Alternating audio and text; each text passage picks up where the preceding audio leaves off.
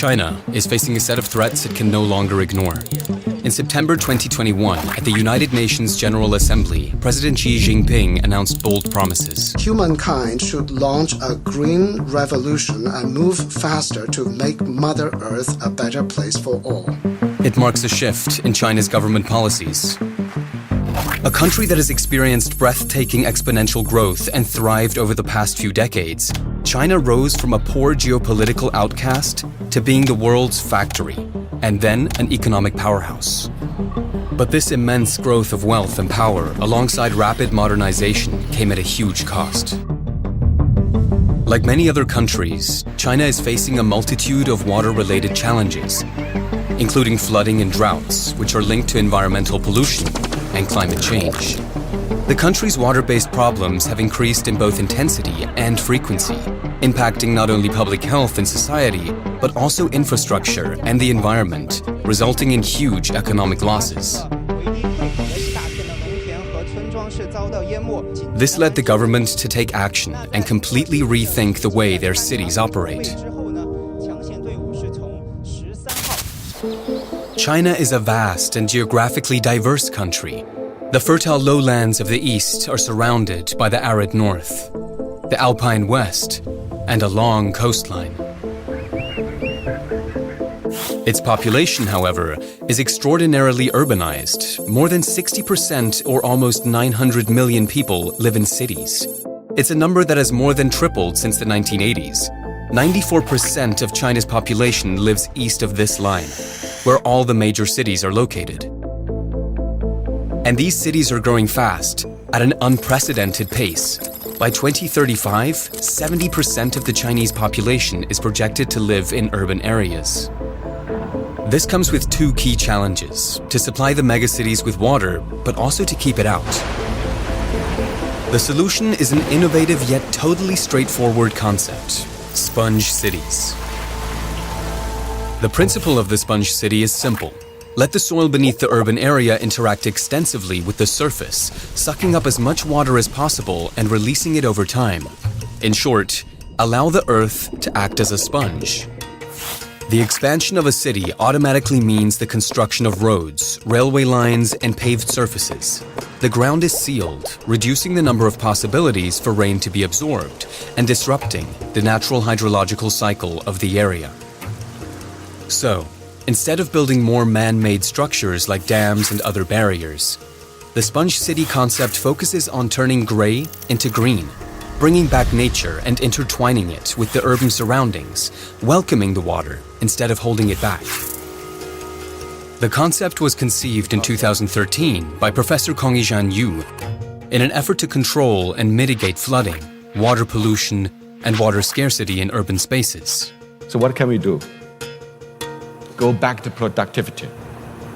A new type of Chinese eco-city aims to offer a holistic strategy to implement an urban water cycle.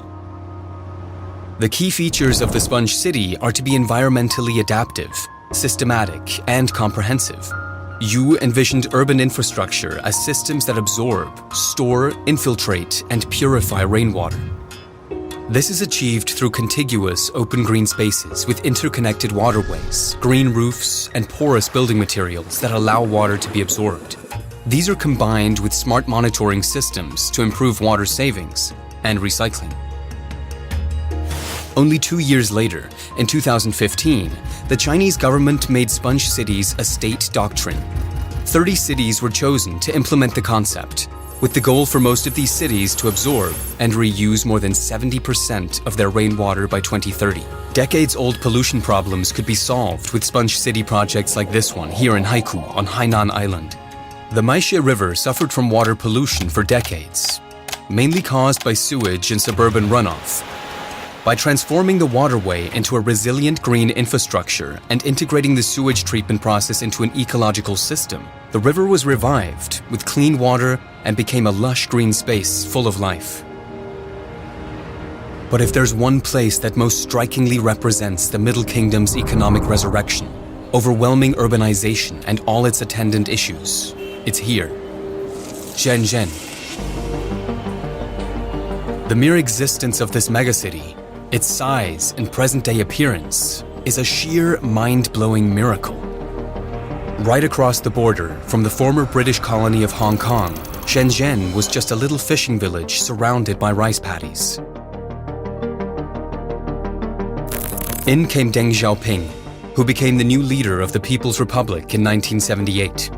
He implemented far-reaching economic reforms to save the country from poverty and international insignificance.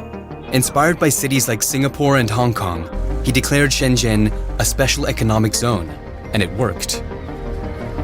Shenzhen started to grow into a modern city at a pace that had never been seen before, and in just 4 decades, the little fishing village swelled into a super modern megacity with over 13 million inhabitants. But there's a catch.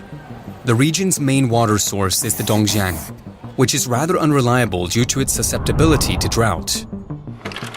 In 1963, when Hong Kong experienced its worst drought on record, the mainland had to step in and divert fresh water from Shenzhen to Hong Kong.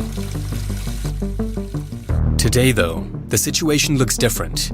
The water stress experienced by the river is exacerbated by the city's rapidly increasing population and economic activity. It's estimated that the Dongjiang holds 55% less water than it did in previous years, causing widespread concern in the region.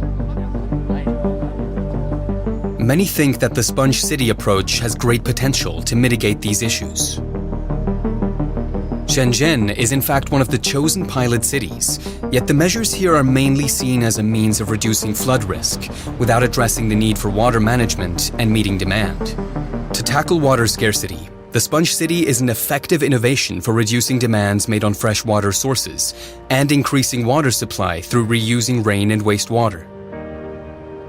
There's still a long way to go before urban water management becomes entirely sustainable, can tackle all the water-related problems and risks of our changing climate, or succeeds in exploiting the full potential of reusing fresh water. But major steps are being taken in the right direction, with sponge cities forming an integral part of this. The concept is, by all means, a potential path to sustaining long-term water security across China and the rest of the world. With this series, we're following water-related problems across the globe, but we're also examining promising and innovative solutions for them. So stay tuned, turn the notifications on, and please do subscribe. There's much more coming up.